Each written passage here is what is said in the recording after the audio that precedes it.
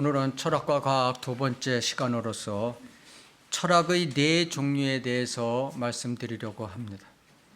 철학의 제목은 철학의 네 종류를 따라 장사하는 성경들, 이렇게 제목을 잡았습니다.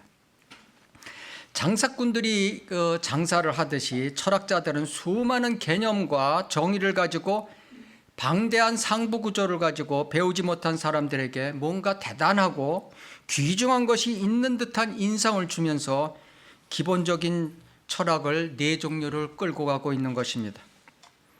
철학은 경제학, 법학, 의학, 물리학 많이 있죠. 그런 거하고는 뜻이 좀 다른 것입니다. 이거는 철학이라는 것은 지혜를 사랑한다라는 뜻만 가지고 있는 것이지, 그 외에 이 철학이 가지고 무엇을 연구하는지, 그 학문 내용이 무엇인지 이것이 잘 구별이 안 된다는 것입니다. 예를 들어서 교육 철학, 법 철학, 과학 철학, 의학 철학, 가치 철학, 역사 철학, 종교 철학, 인간 철학, 수리 철학, 정동수의 목회 철학, 이런 것들이 그냥 전부 다 갖다가 철학만 붙이면 그냥 어떤 과목이 되는 거예요. 그러니까 철학은 특별한 의미를 갖고 있지 않다. 이것을 아셔야 되는 것입니다. 그 철학에서 쓰는 용어들이 아주 복잡한, 사람들의 머리를 복잡하게 하는 용어들이 많아요. 이것을 그냥 사람들이 편안하게 쓰는 평어체라고 그러죠. 그냥 사람들이, 보통 사람들이 쓰는 말로 바꿔버리면 사실 아무것도 아니다. 아무것도 아닌 걸 갖다 형이 상학이니 뭐니 어쩌고저쩌고 가치가 어때 이 철학적 용어를 대면 사람들이 그런가 보다 하고 또 쫓아가는 것이죠. 그래서 바이블 빌리버들이 해야 할 역할이 바로 이 철학을 무너뜨리는 것입니다.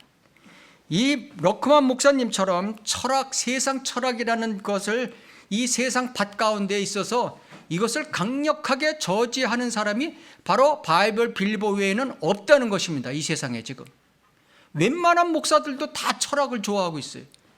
그래서 자기 명함에 철학 박사, 없는 사람은 철학 명예 박사까지 나오더라고요. 철학 명예 박사. 예? 첫 번째, 철학의 네 종류의 첫 번째, 자연주의라는 것이 있습니다. 자연주의, 내추럴리즘, 자연주의. 가장 오래된 철학 중에 하나죠. 자연주의라는 것은 이 원초적 자연을 가지고 이제 어떤 철학 사상을 만든 건데, 여기에는 이제 바벨론 종교가 먼저 들어가 있죠. 바벨론이 주장하는 바알신, 태양신. 예? 이게 다 자연주의인 것입니다. 자연주의 철학.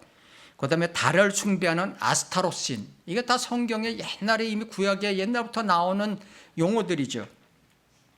실제의 사물과 현상은 자연 세계의 범위 안에 있다고 보고 초자연적인 존재나 힘을 신뢰하지 않는 가설을 자연주의라고 하는 것입니다.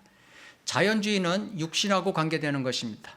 미각, 후각, 청각, 시각, 촉각, 이 5대 감각을 이용해서 감지할 수 있는 것이 진짜고, 감지할 수 없는 것은 가짜다라는 것이 이 자연주의라는 것입니다.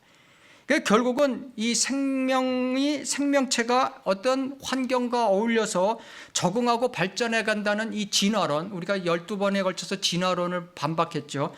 이 진화론하고 맥을 같이 하는 것이 이 자연주의인 것입니다. 자연을 육신의 5대 감각으로 느끼는 삶은, 거기에 하나님은 없습니다. 하나님은 없어요. 육신 안에 사는 삶이 그 사람을 지배하게 되어 있는 거예요. 그래서 그들의 선은 악이 없는 즐거움인 거예요. 악의 없는 즐거움을 그들은 선이라고 가정을 하는 것입니다.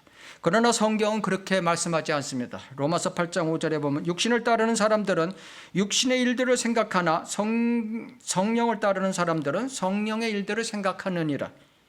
육신적인 사람이라는 것은 두 종류의 사람이 있죠. 하나는 육신적 그리스도인이 있고, 하나는 구원받지 못한 자연인이 있는 것입니다. 그래서 고린도전서 2장 14절을 보시겠습니다. 고린도전서 2장 14절을 보면은 거기에 이제 우리가 이 육신을 따르는 사람하고 자연인이 구분이 되는 것이죠. 고린도전서 2장 14절에 보면 자연이라는 단어가 나오는 것입니다. 자연인, 내추럴맨이라는 자연인은 성경에 딱 한 번 나오는 단어인 것입니다. 그러나 자연인은 하나님의 영의 일들을 받아들이지 아니하나니 이는 그 일들이 그 사람에게는 어리석게 여기기 때문이요 또 알 수도 없나니 이는 그 일들이 영적으로만이 분별되기 때문이다. 자연주의자, 자연인은 이 무신론자나 아니면 유물론자, 쾌락주의, 전번주에 얘기하는 에피쿠로스 학파죠. 사도행전 17장에 나오는 에피쿠로스 학파와 같은 자연주의 철학자를 뜻하는 것입니다.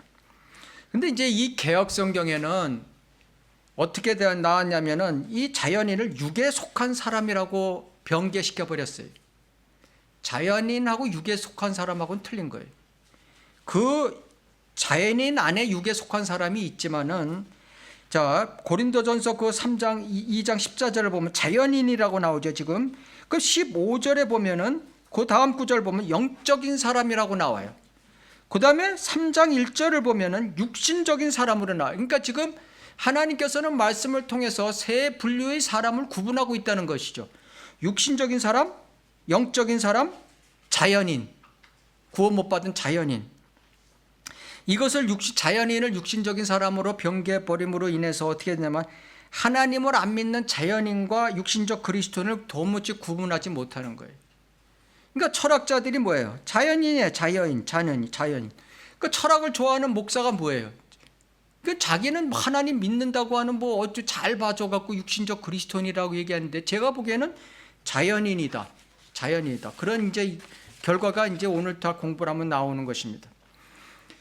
두 번째 주의가 있습니다. 그것을 관념론, 이념론, 그 다음에 이상주의, 영어로 하면 아이디얼리즘, 이상주의 이렇게 얘기하고 있는 거죠. 관념이라는 것은 보고 만질 수 없는 것을 관념이라고 그러는 거고, 이념이라는 건 이상적인 여러 가지 생각을 이념이라고 그러는 거죠. 그러니까 다 결국은 같은 거예요. 자연주의에 대한 명백한 반항으로 반작용으로 들고 만든 것이 이 이상주의, 그죠? 현실주의의 반대가 이상주의죠. 어떤 가치의 실현을 목표로 해 노력해 가는 정신 태도 또는 인간의 무한한 완성 가능성을 믿고 실현하려는 도덕적 지향, 이것을 이상주의라고 하는 것입니다. 이념적, 관념적인 것만이 실제 사물의 구성 요소이다. 현실에 보이는 것은 관념의 표현일 뿐이라고 생각하는 것, 이것이 이상주의인 것입니다.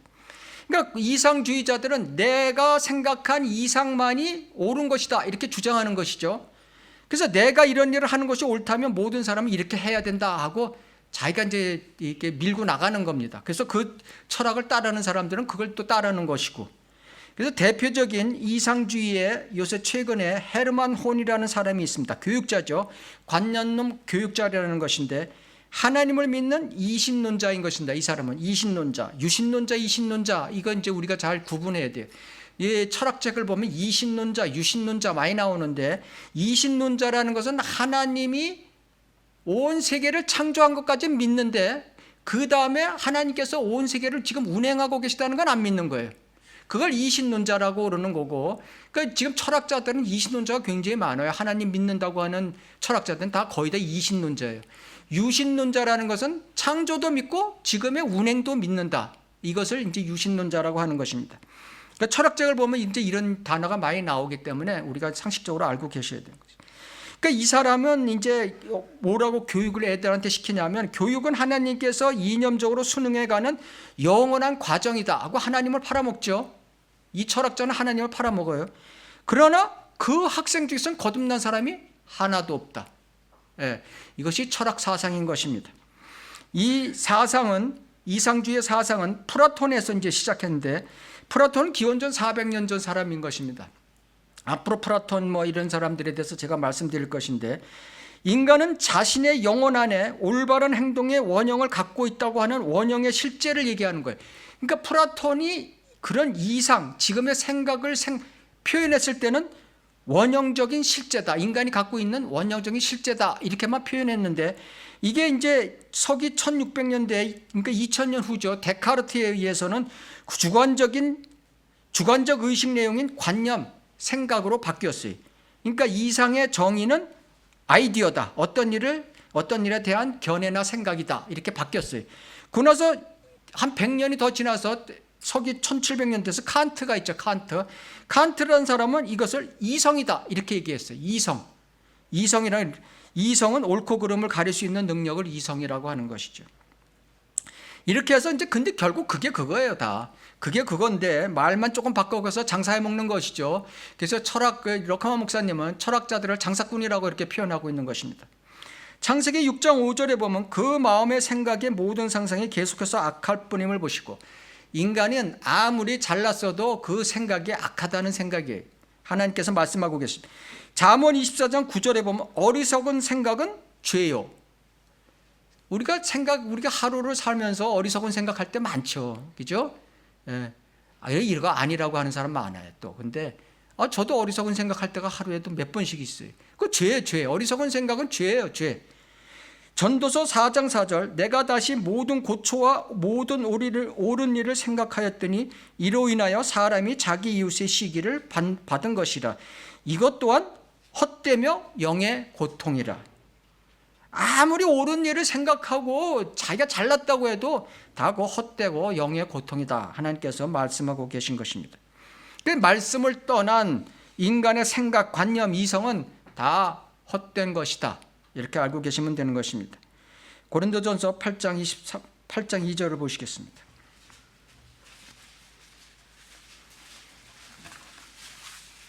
고린도전서 8장 2절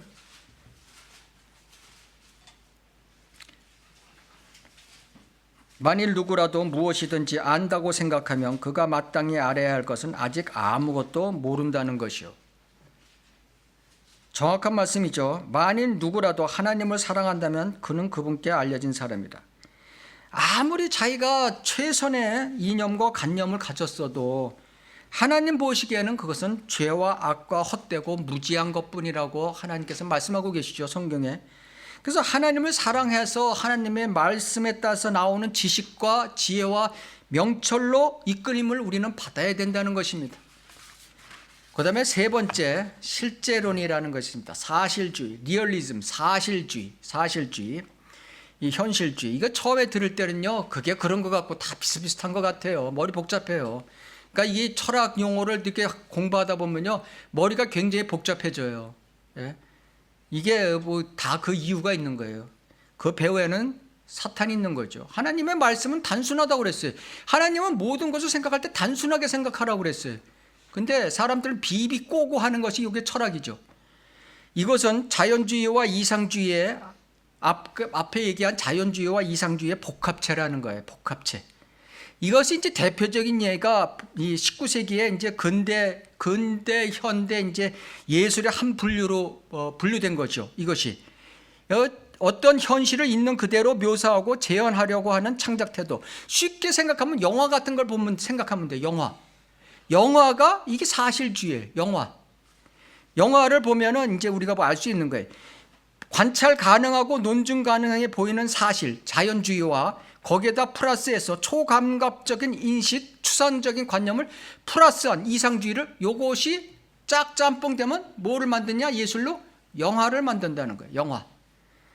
실제론자들은 현실적 객관적 존재와 추상적 관념 인식 사이에 혼돈이 자주 와요. 그죠? 이 사실주의, 현실주의를 끌고 가다 보면은 자연주의와 이상주의의 사이에서 혼돈이 자기가 온다는 거예요. 자기가 얘기해놓고 나서 혼돈이 온다는 거예요. 그래서 제가 어렸을 때 영화를 보면은 꼭 이게 왔어요. 혼돈이 오는 거예요. 이게 현실적으로 맞지 않는 것 같고 말이죠. 이상적인 것 같고. 뭐 혼돈이 왔어요. 저는 그다음부터 영화 안 봅니다. 저 영화 안 본 지 오래됐어요. 이걸 보면서 제가 느낀 거, 그래서 그랬구나 하는 걸 알았어요. 이게 혼돈이 온다는 게 뭐냐면 악과 선에 직면하게 되면 슬슬 꼬리를 내려버려요. 현실은 이런데 이상은 이렇다. 이게 지금 자기가 판단을 못하는 거예요. 종교는 개념상 독립적으로 존재하나 현실적으로는 비현실적이다. 이렇게 생각해버리는 거예요. 이들은 도덕적으로 사는 것이 인간의 근본적 악성 본성과 대치되고 있다는 것을 모르고 있는 거예요.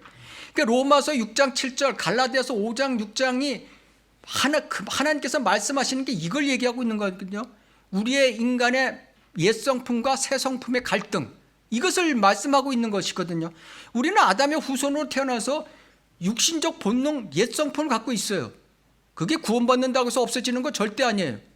죽기까지 부활될 때까지 그거 계속 갖고 있는 거예요. 거기다 새 성품이 그것을 억누르려고 갖고 있는 것이죠. 이것을 하나님께서 성경에 분명히 말씀하고 계신 거예요. 근데 철학자들은 이 사실을 모른다는 거예요. 로마서 7장 24절을 찾겠습니다.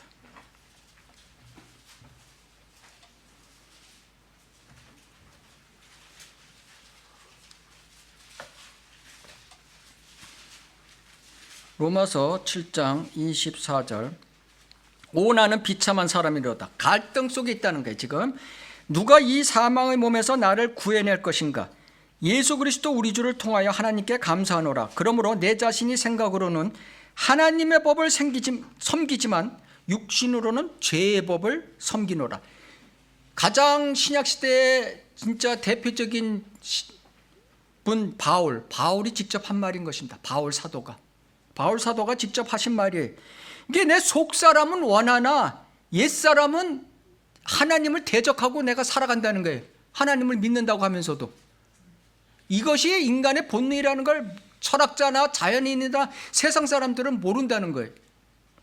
그래서 우리는 결국은 어떻게 말씀 안에 있어서 말씀 안으로 말씀의 최종 권위를 두고 깨어 있어야 된다는 얘기예요. 그것을 지금 로마서 7장에서 말씀하고 계신 것입니다.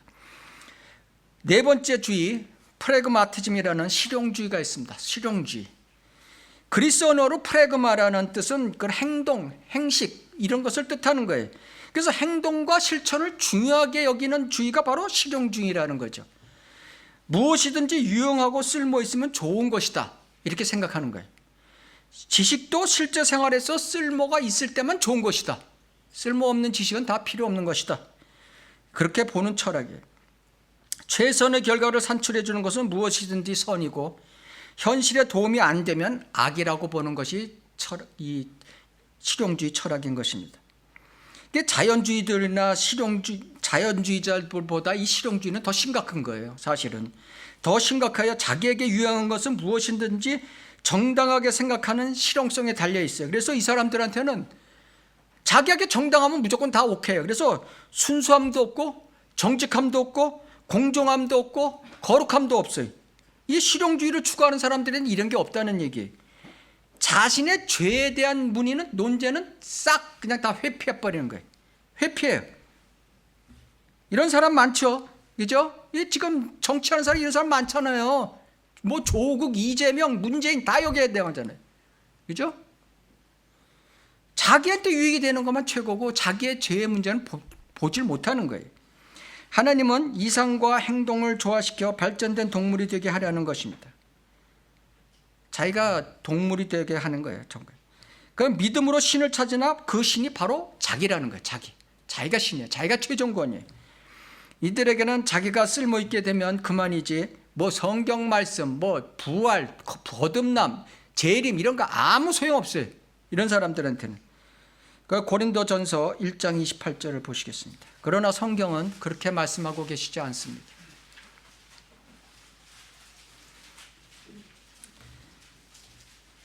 고린도전서 1장 28절. 하나님께서 세상의 천한 것들과 멸시받는 것들을 선택하신 것은 세상에서 쓸모없다고 여겨지는 것, 가치 없다고 여겨지는 것, 이런 것을 하나님께서는 그런 사람을 선택한다는 거예요. 철학자들이 얘기하는, 실용주의 철학자들이 얘기하는 너는 가치가 없어, 그거는 세상에서 쓸모없다는 거죠. 그렇지만 하나님은 그런 사람들을 들어 쓰신다는 거예요. 교만한 사람은 안 쓴다는 거예요. 하나님께서는 선택하신 것은 없는 것들로 있는 것들을 쓸모없게 만들려 하심이라.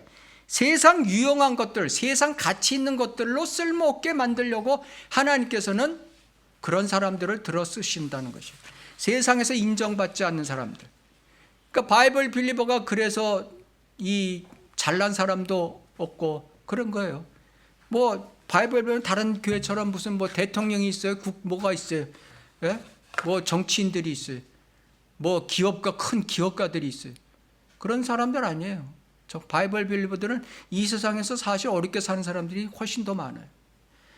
이외에 변종된 철학주의들이 있습니다. 이게 다 앞에 얘기한 네 가지 철학 사상을 조금씩 변개시킨 거예요.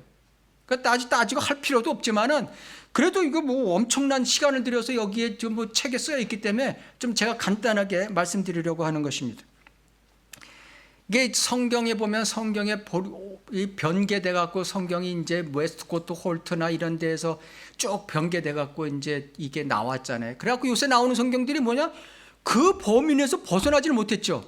뭐 세번역, 뭐 우리말 성경, 공동번역, 뭐 표준 번역 다 그 범위에서 벗어나지 못한 거예요. 요게 딱 그 종류예요. 그 종류. 철학의 네 종류에서 벗어나지 못한 거예요.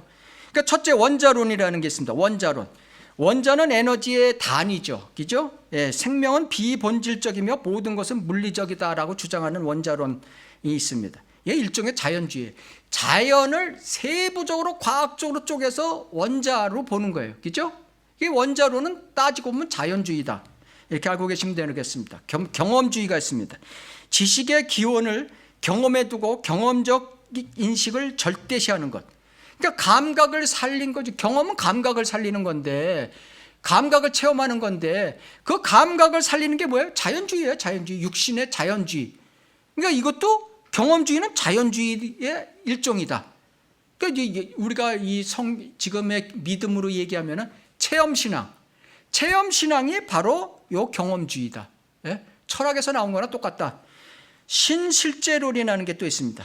20세기 영국, 미국서 실용주의와 이상주의에 반대해서 일어난 철학 이론인데, 우리가 인식하는 모든 것은 의미장 안에 나타난다는 의미장 존재론. 좀 어렵죠. 예, 이런 거 들어보면 머리가 좀 하요. 예. 저도 이런 거 읽을 때 한참 찾아보고 묵상하고 해야 돼요.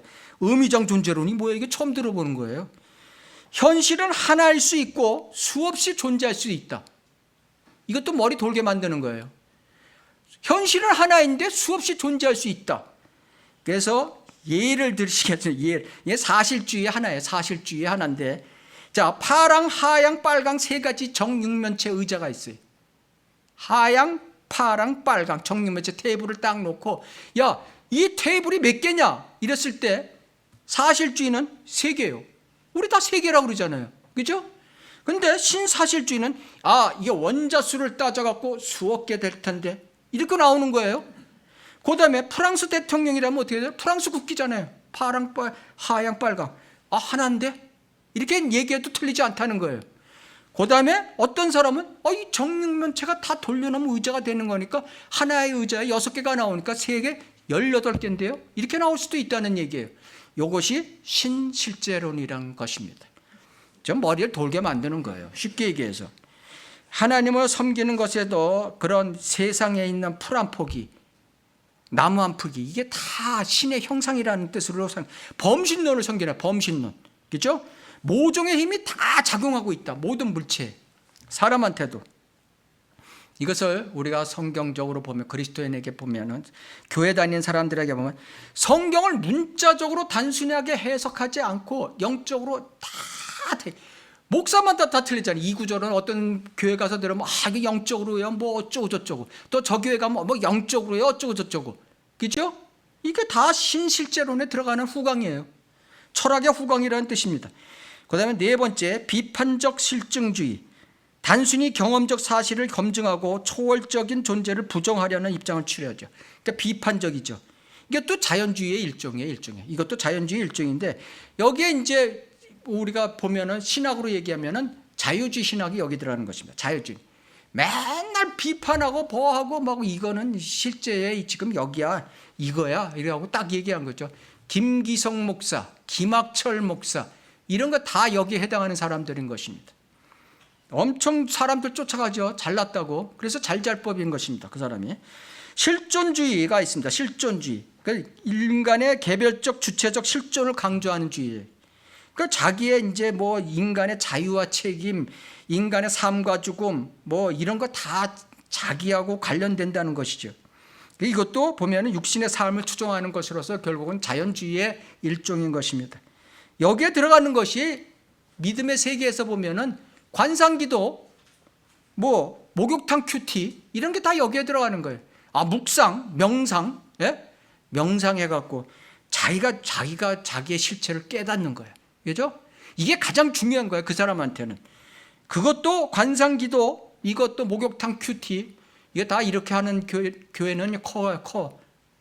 이 목욕탕 큐티 제가 얘기했잖아요. 예.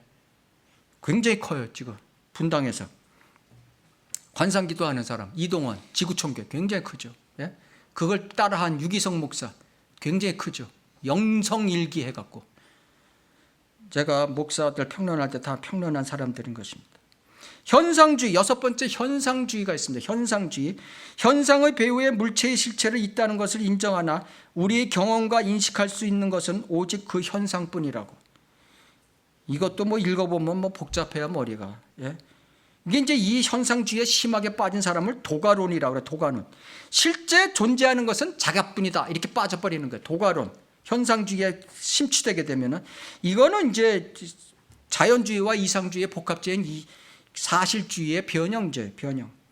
그래서 이것은 뭐 다 아실 필요 없어요. 근데 그러니까 핵심은 철학주의 4개가 다 조금씩 변형시켜서 자기 잘났다고 해서 뭔가 복잡하게 일을 만들어 놨는데 이런 사상은 결국 성경을 변개시켜서 여러 가지 성경을 내놓는 거나 뭐 똑같다. 이런 수준이다. 이렇게 알고 계시면 되겠습니다. 철학사상 4가지에 자기의 생각을 조금 더해 세상 지혜의 이익을 보려는 철학자들과 그 변종 철학 사상을 가진 신학자들에게 경고하는 말씀인 것입니다. 그래서 디모데전서 6장 5절에는 마음이 불패하고 진리를 상실하며 이익이 경건이라 생각하는 사람들 사이에 무익한 논쟁이 일어나느니라. 그런 데서 네 자신은 빠져나오라. 이 개혁성경에는 경건을 이익의 방도로 생각하는 자들의 다툼이 일어나느니라 이렇게 되는 거죠. 경건이 이익의 방도라는 것은 당연한 거예요. 그렇죠? 근데 거기서 무슨 다툼이 일어나? 예? 이 말이 안 되는 개혁성경의 수준이 지금 이렇다는 거예요. 그것도 모르고 거기에 빠져 있는 사람들이 참 답답한 것이죠. 그런 데서 내 자신을 빠져나오라. 이건 또 싹 빼버렸어요. 삭제시켜버렸어요. 빠져나오라. 이거 안 되지. 예? 마귀의 집단에서 빠져나오면 안 되지. 그죠? 이익이 경건이라 그러는 철학 사상의 이익으로 이익을 보려는 거. 그죠? 이런 사람들한테서 빠져나오라는 것입니다. 이 철학의 3가지 장사하는 그런 표제가 있습니다. 핵심 표제가 있어요. 상인들이 쓰는 이제 용어처럼 전문 용어가 있어요. 이 철학의 전문 용어 3가지가 있는데 그것이 인식론, 형이상학, 가치론 이 3가지입니다. 인식론, 사람이 어떻게 지식을 얻는가에 대해서 이 사람들은 아주 열변을 통해. 두 번째, 형이상학, 사물의 본질의 근본 원리가 무언가, 이걸 아주 열변을 통하는 거죠. 가치론, 윤리와 도덕의 기준이 무엇인가, 이것을 논하는 것이, 그러니까 결국 이 3가지로 인해서 철학 사상이 자기네들이 철학을 만들어내는 겁니다. 철학은 인간의 문제를 죄에 두지 않아요. 철학은 죄에 두지 않아요. 어떻게 인간을 인간끼리 어떻게 조화시켜서 이렇게 이 세상을 살아가느냐 하는 것이 철학사상인 것입니다. 바로. 그러니까 하나님하고는 떠나 있어요. 인간 위주의 인간 위주.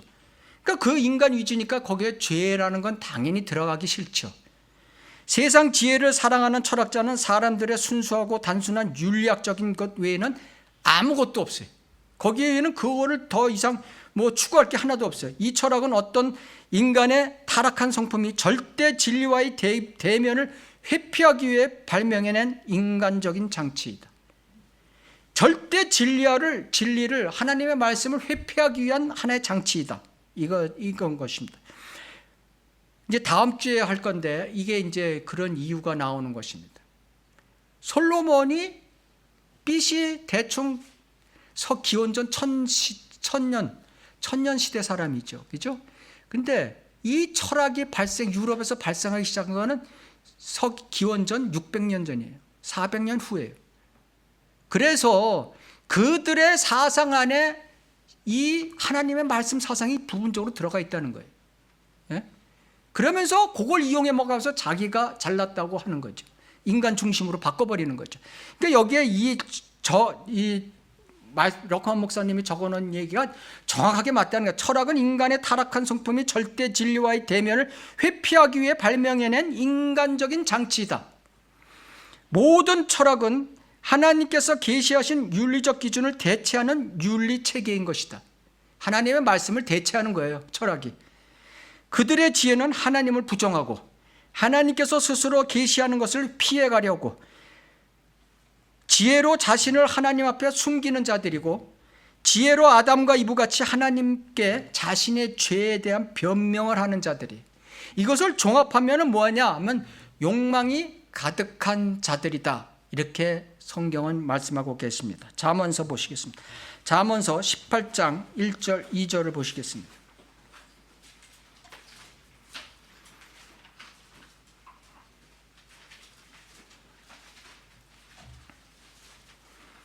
이 철학은 우리가 참 건들기 참 싫어요. 싫지만은 우리가 이 철학을 통해서 우리가 더 확고한 하나님의 말씀을 깨닫게 되는 계기가 되고, 이 철학적으로 끌려간 사람들이 다 무신론자잖아요. 무신론으로 가는 거예요. 그런 사람들을 이제 이끌어오는데 우리가 도움이 될 수가 있어요. 자, 모든 철학, 욕망으로 말미암아 스스로 분리된 사람은, 이게 욕망으로 말미암아 스스로 분리된 사람, 세상 지성인들, 이 교수들이 대표적인 거죠. 교수들, 그 다음에 철학자들, 이게 대표적인 사람들인 것입니다. 스스로 분리된, 자기 자신이 다른 사람들보다 우월하다. 그래서 스스로 분리해야 생각, 나는 저 사람들하고 틀려. 나는 내가 옳고 저 사람들하고 수준이 안 맞아. 이런 사람들이 스스로 분리된 사람들이다. 거기에는 교수도 있고, 러커먼 목사님은 이제 주석서에 교수라고 많이 하는데 저는 여기다 이제 철학자를 붙이겠습니다. 철학자들이 또 대개 보면요, 경력 보면 다 교수예요. 자, 모든 지혜를 찾아 혼잡케 하는 일이라. 결국은 지혜를 찾아서 자기가 잘났다고 지혜를 찾아서 열심히 연구했는데 결국은 못 찾고, 진리를 못 찾고 혼잡케 하는 행위만 한다는 얘기예요. 이 하나님께서 얼마나 정확하게 표시하고 있는 거예요. 자, 어리석은 자는 2절에 어리석은 욕망의 철학자들은 명철을 기뻐하지 아니하고, 그 악에서 떠나는 명철을 기뻐하지 않죠. 왜? 자기가 욕망으로 악으로 달려가고 있기 때문에 기뻐하지 않아요. 자기의 마음을 드러내기만 하니라. 욕망은 기본적으로 주관적이며 자기 중심적이라는 뜻이에요. 여기서 문제되는 것이 하나 있습니다. 모든 지혜를 찾아 혼잡케 하느니라. 이것을 개역성경은 어떻게 변개시켰냐 하면은 참 지혜를 배척하느니라. 이게 문맥상 잘 맞질 않아요. 참 지혜를 배척하느니라. 아니, 스스로 분리된 철학자들과 교수들이 참 지혜를 배척해요?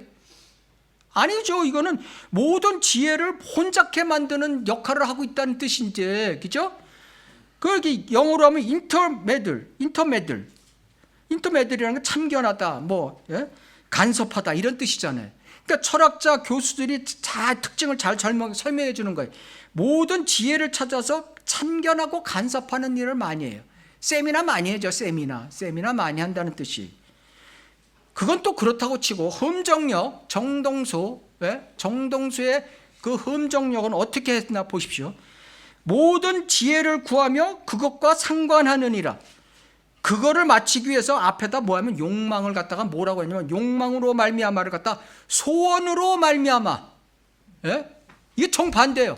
소원으로 말미암아 스스로 분리된 사람은 모든 지혜를 구하며 그것과 상관하느니라.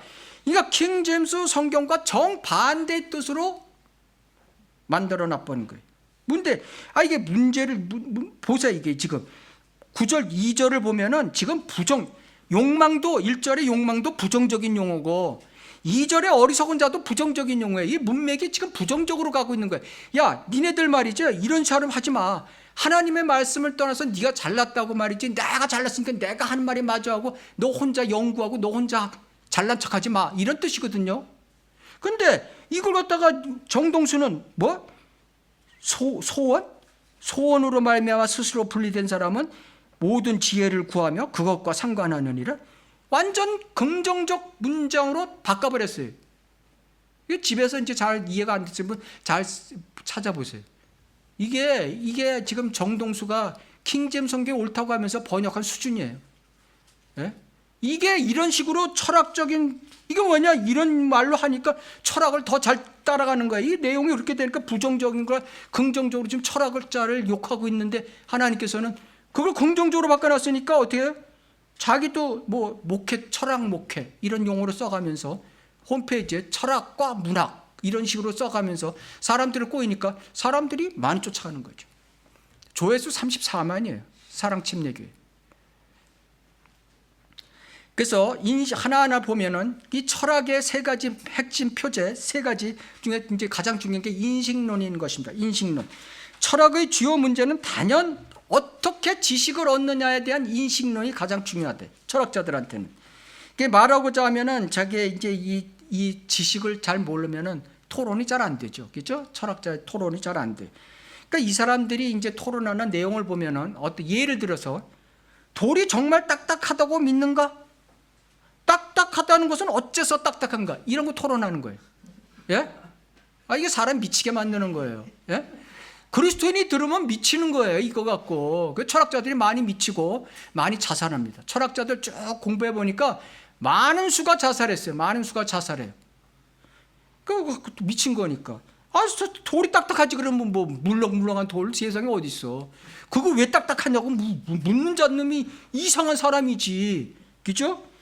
고린도전서 3장 20절에는 이런 사람을 뭐라고 하냐? 주께서는 현명한 자들의 생각을 하시는데 철학자들의 그들의 생각은 헛된 것이다. 이 세상에서 사람이 존경하고 또 뭐 철학한다니까 또 고상한 걸로 알고 쫓아가죠. 우리가 어떻게 지식을 얻는가에 대한 세 가지 철학적 입장이 있습니다. 불가지론, 회의론, 단정론 이렇게 세 가지가 있습니다. 나는 그것을 부정하지도 않고 확신하지도 않는다. 이것이 지식을 어떻게 얻는가에 대한 철학자들의 불가지론이에요. 부정하지도 않고 확신하지도 않는다. 두 번째, 회의론. 사물은 그럴 수 있으나 나는 진실로 의심한다. 이게 회의론이에요. 단정론. 확실히 알기에 의심이 없다. 이게 단정론이죠. 성경의 이제 예를 한번 제가 들어보겠습니다. 마태복음 21장에 나오는 이제 요한의 침례가 어디서 왔냐 이런 예수 그리스도의 질문이 있죠. 주님은 이제 철학자 같은 제사장들과 장로들에게 이제 이거를 반박하는 걸로 요한의 침례가 어디서 왔어? 하늘로부터야 땅으로부터야? 그러니까 이 철학자들, 제사장들, 장로들은 뭐 어떻게 얘기했어요? 이럴 수도 없고 저럴 수도 없는 거야. 그죠? 이게 그들이 갖는 불가지론이라는 거예요. 불가지론. 한 사람이 빌리 썬데이에게 찾아왔어요. 나는 그리스도가 내 죄를 대신해 십자가에 죽은 것을 본 적이 없으니 나는 그리스도가 나를 위해 죽었다는 것을 의심하오. 이것이 회의론인 것입니다. 그죠? 나는 당신이 구원시켰어도 나는 좀 회의래. 내가 구원받은지 안 받은지 나는 회의해. 그러니까 빌리 썬데이가 당신의 등뼈를 본 적이 있냐? 이렇게 물었어요. 그랬더니 그 사람이 그럼요. 내 등뼈를 찍은 엑스레이 사진이 있어요. 단정하죠. 예. 회의론으로 갔다가 단정론으로 간 것입니다. 그러니까 빌리 썬데이도 단정론으로 얘기합니다. 나도 그리스도가 내 죄를 대신해 돌아가신 사진 4장이 있다. 하나는 마태복음, 하나는 마가복음, 하나는 누가복음, 하나는 요한복음에 확실히 있다. 이렇게 대답을 했다고 하는 것입니다. 우리가 이제 지식을 얻는 거는 철학자들이나 우리들이나 지식을 얻는 것 방법에는 9가지가 있어요. 9가지. 이거 우리가 상식적으로 알아둘 필요가 있어요. 내가 지식을 얻었다. 그럼 지식을 얻는 게 뭐 공부만 해서 지식을 얻나? 그게 아니에요. 이 세상 살아가는 방법에는 9가지가 있다는 거예요. 첫째, 직관, 예감, 직감이 예감은 느낌이죠. 그 다음에 경험과 실험, 두 번째. 세 번째, 짐작. 이거 들으면서 좀 뭐 느끼는 게 있으셔야 돼요.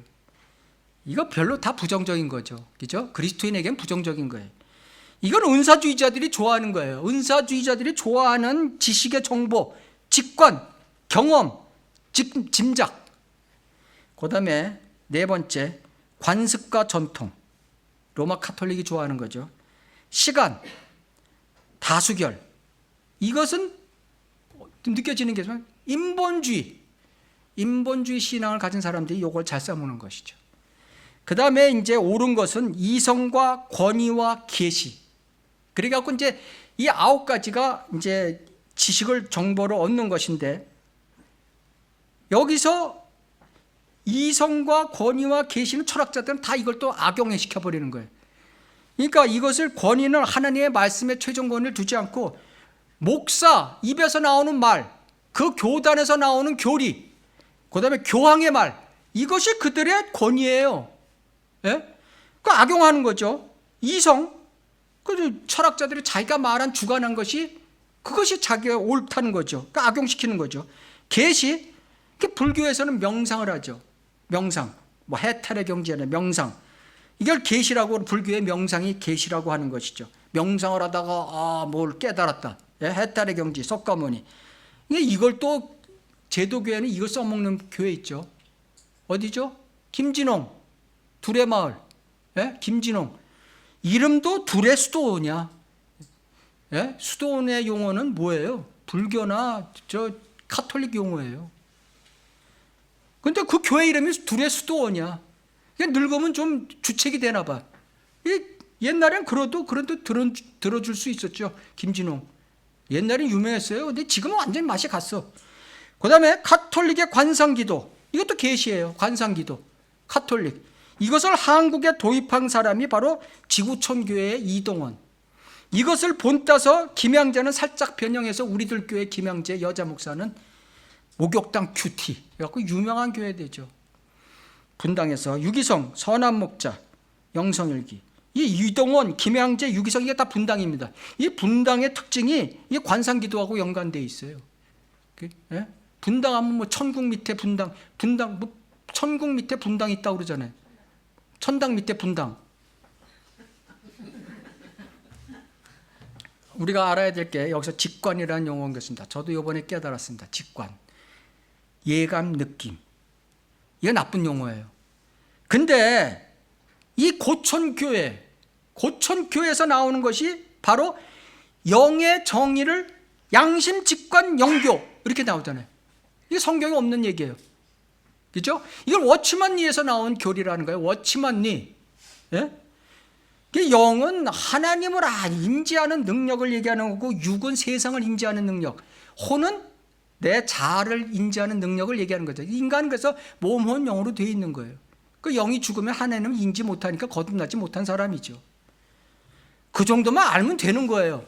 그런데 뭐 자기가 잘났다고 영을 자기가 봤어, 뭘 어떻게 했어? 양심, 직관, 영교. 직관이라는 건 예감, 느낌을 얘기하는 거거든요. 아니, 하나님을 믿는데 직감, 예감으로 믿어요? 그거 틀렸다는 얘기예요. 그거 옛날에 우리가 거기서 쓴 책들이 많이 나오는데 거기에 이런 내용이 있으면 그냥 지워버리세요. 그리스도인은 절대적 최고 권위인 하나님의 말씀으로부터 내려오는 계시를 통해서 지식을 얻는 거예요. 이것이 그리스도인이 취해야 할 지식에 얻는 방법인 것입니다. 두 번째, 철학의 핵심 표제. 두 번째, 형이상학, 사물의 본질의 근본 원리를 깨닫는 것이죠. 실제와 절대적 진리의 주체 관계에 있어서 세 가지 관점이 조해. 진리는 절대적이다. 이것은 뭐예요? 인식론의 단정론과 같은 거예요. 진리는 주관적이며 그렇기에 상대적이다. 이건 회의론과 같은 거예요. 진리는 획득할 수 없다. 이건 인식론의 불가지론과 똑같은 거예요. 그러니까 얘네들이 나가는 방향을 보면은 다 비슷하다는 거예요. 그럴 수도 있고 아닐 수도 있고 아니다. 이 세 가지 중에 그럼 그 세 가지 중에 다 속하지 모든 게. 그러면 어느 게 안 속해? 거기에 다 속하는 거 아니에요? 모든 거는? 그걸 뭐 잘났다고 자기는 이걸 주장하고 저걸 주장하고 서로 싸우고 그러는 거죠. 세 번째, 가치론. 윤리와 도덕의 기준에 대해서 따지다 보면은 그에 대해서 무엇을 행동할 것인가로 결국은 빠지게 되는 것입니다. 그 가치를 따지는 거예요. 이 사람이 어떤 행동을 하니까 이 사람은 이런 가치가 있어. 이 가치라는 용어는 굉장히 위험한 용어죠. 하나님께서는 네가 네 열매를 보고 너의 그런 네 나무를 안다 이렇게 얘기하는 것이죠. 우리는 말씀을 행하는 자가 돼요. 말씀에 따라 행하는 자지 가치를 따지고 행하는 자가 아니에요. 예, 말씀에 따라 행하는 자예요. 철학자와 과학자들의 가치 행동을 보면 비이성적이고 비논리적인 것이 많다는 거예요. 증명하지 못하는 말의 발표는 그런 무의미한 것이죠. 예를 들어서 종의 기원, 진화론의 종의 기원. 진화를 증명한 과학자, 철학자는 없어요. 그죠? 진화를 증명한 사람이 어디 있어요? 요만한 뼈다귀 조짝 하나 갖고 화석 요만한 거 하나 갖고 이거는 몇백만 년 전이다. 몇 억 년 전이다. 뭐 이렇게 얘기하는 거예요. 증명해봐라면 증명 못해요. 철학적 사상을 증명한 철학자는 없다. 그들의 가치에는 아무런 의미가 없다. 예를 들어보겠습니다. 헬라크리투스라는 철학자가 있습니다. 이 양반의 말이 악은 다만 다른 종류의 선이다. 악은 다만 다른 종류의 선이래. 토마스 홉스, 유명한 사람이죠. 고통과 불편은 악이고 기쁨은 선이다. 윌리엄 제임스, 선과 악이 무엇인지 아무도 모르고 실증에 의해 밝혀진다. 플로티누스, 육적 물질이 모든 악의 근원이다. 육적 물질이 모든 악의 근원이래. 그래서 이런 가치 철학으로 여태까지 쫙 철학 사상을 갖고 교육자들이 철학 교육 받고 이렇게 강단에 서니까 지금의 철학 이게 학교 교육이 개판일보 직전으로 간 거 아니에요. 개판일보 직전. 미국도 그렇고. 미국도 굉장히 많은 교사들이 죽었더구먼요. 어제 뉴스 보니까. 한국 문제만이 아니에요, 이게. 예? 한국에는 얼마 죽었어? 그 한 사람 죽은 게 아니에요. 뭐 100명? 예. 100명의 교사가 사살했다는 거예요. 이게 전교조 교육받고 철학 교육받은 사람들이 그냥 지금의 엄마들이잖아요. 부모들이잖아요. 그 부모들이 그걸 못 참는 거야. 자기 애에 대해서 욕하고 야단치는 거예요. 그래서 지금의 상황은 이사야 5장 20절처럼 악은 선하다 하고 선을 악하다 하는 자들과 빛 대신에 어두움을, 어두움 대신에 빛을 두며 단 것 대신에 쓴 것을, 쓴 것 대신에 단 것을 두는 자들에게 화로다고 하나님께서는 경고하고 계신 것입니다. 그러나 요한일서 5장 17절에는 뭐라고 말씀하냐면 모든 불의가 죄이다 라고 말씀하셨는데 이것을 말한 철학자는 한 명도 없다. 모든 불의가 죄이다라고 얘기해. 전부 다 아까 불편함은 악이고 기쁨은 선이다 이렇게 얘기하지. 성경의 가치와는 다른 가치를 가르치는 교육자들은 도덕 대신에 이 철학의 네 종류의 기본 중에 하나를 택하여 가치가 있다는 것을 선함으로 몰고 가는 거예요. 가치가 있으면 무조건 선함이에요. 너한테 지금 기분 좋아? 그 가치가 있어. 좋은 거야. 이렇다는 것이죠. 그 긍정적으로 다 몰고 간다는 거죠. 어떤 것을 즐김으로써 그것이 최소한 그에게 가치가 있기 때문이다. 이렇게 철학자들은 얘기하고 있는 것입니다. 가치는 현대 교육의 저주스러운 단어의 하나인 것입니다. 사실은. 결론을 말씀드리면 철학의 핵심인 인식, 형이상학, 가치의 철학 사상에 대한 그리스도인의 자세를 보겠습니다. 신명기 12장 30절을 보시겠습니다.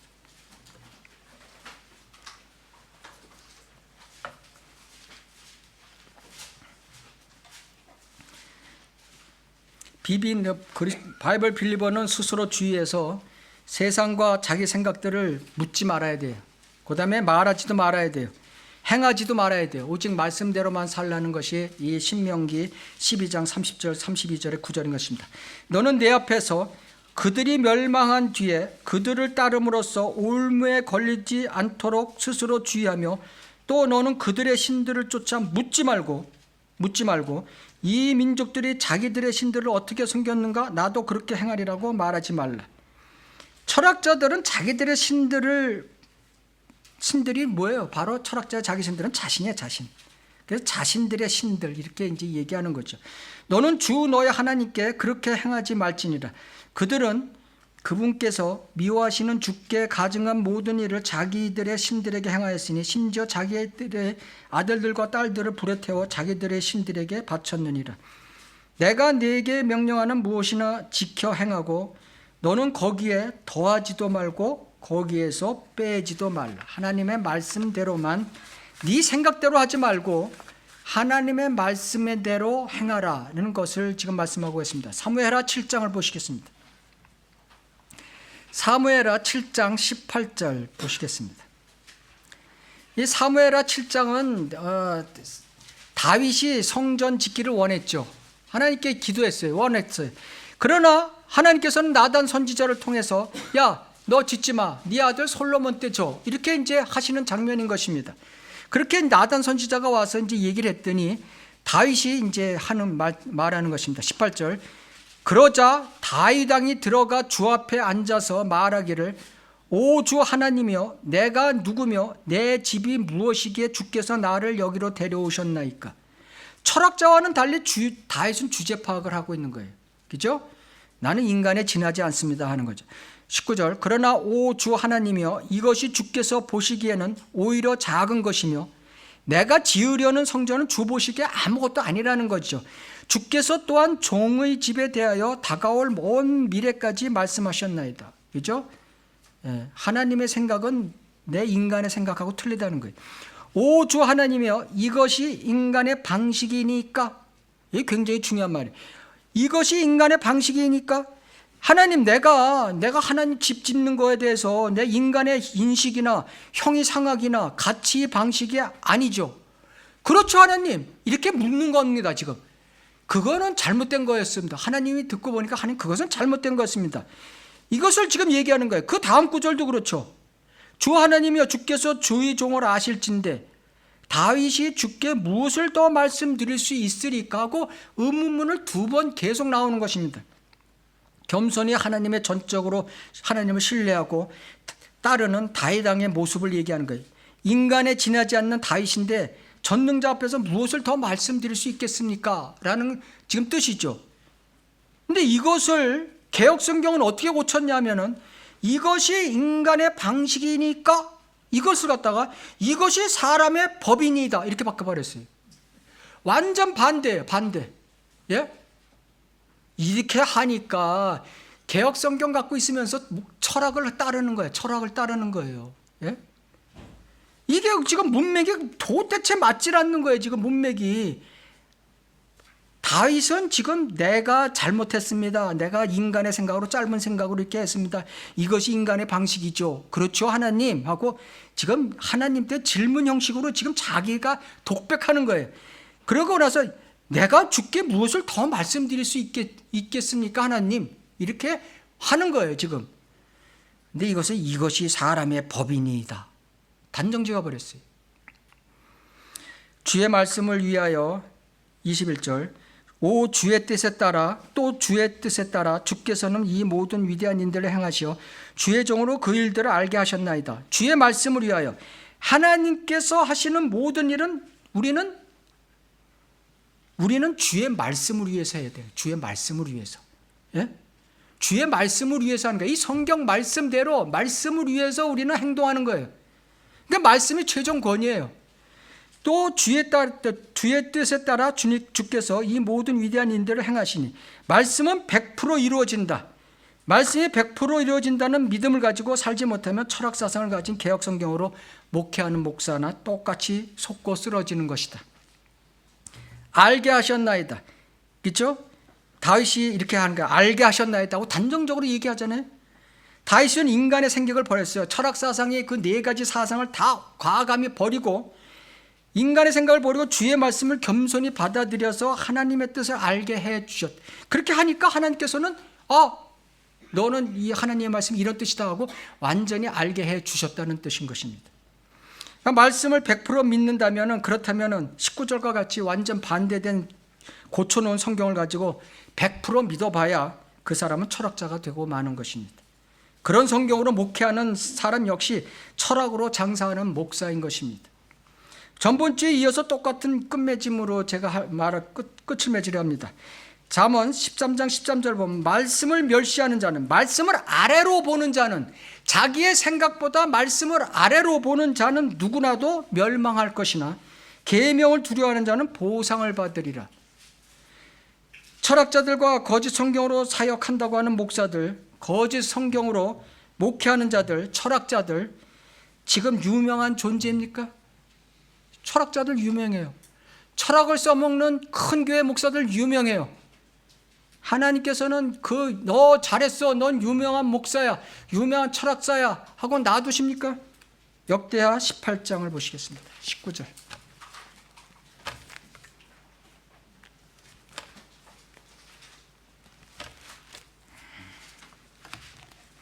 역대하 18장 19절부터 보겠습니다. 이 상황이 지금 여호사밧과 이스라엘 왕 7대 왕 아합과 연합해서 지금 시리아를 전쟁하려고 하는데 아합이 나가자고 그러니까 여호사밧이 저기 선지자한테 묻고 나갑시다. 이렇게 하니까 그 좋습니다 하고 선지자를 400명을 불러왔죠. 아합이. 그 400명이 하는 얘기가 그러니까 시드기야라는 대장을 비롯해서 400명이 올라가십시오.